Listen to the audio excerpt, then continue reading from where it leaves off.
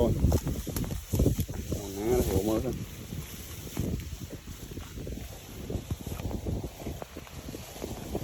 Thằng ơi.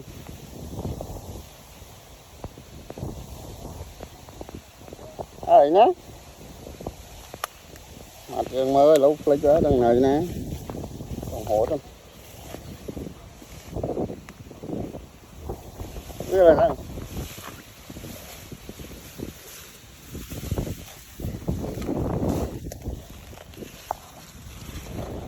Đi đi.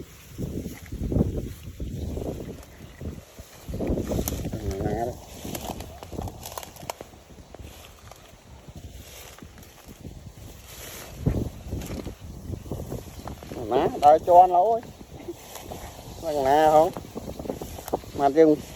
mặt rừng quệ nhá đấy đằng nè thịt đau đi chứ ôi cho bà nó quyện đang mum nè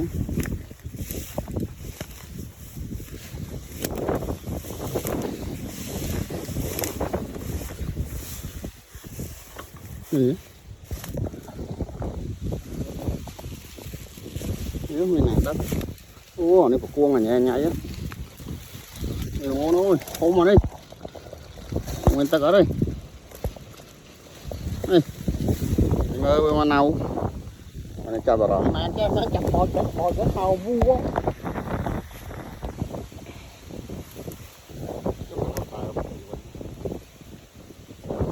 chặt bò cái hàu vu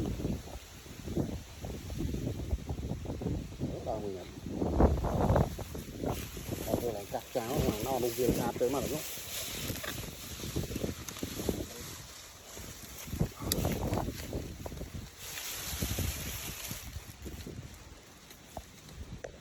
rất là bầu quanh hoa bao tất đằng mấy anh hai mấy hai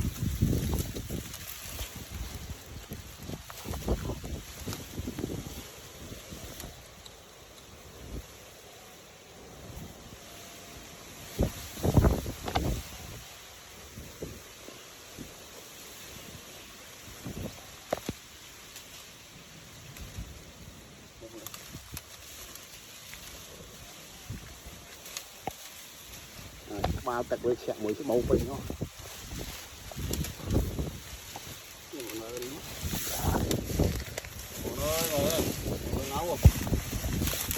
nấu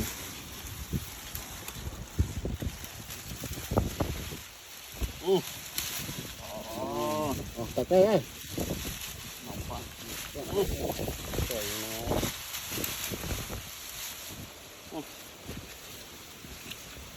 ôi bỏ tật rồi con na nói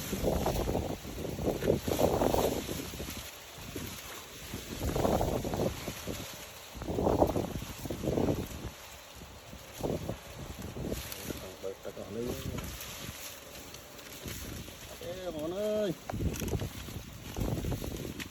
món thử ha món đá này anh được không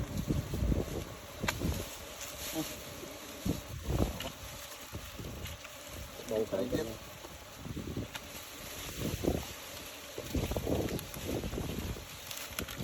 phải ăn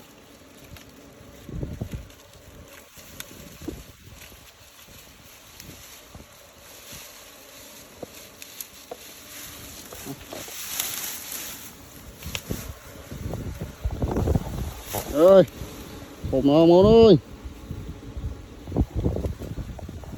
ơi linh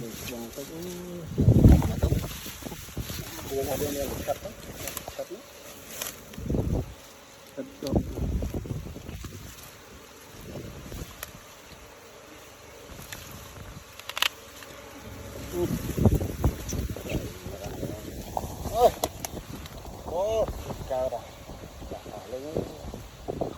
bát ơi ê bà mùa giờ chả tiếp đến đây hả linh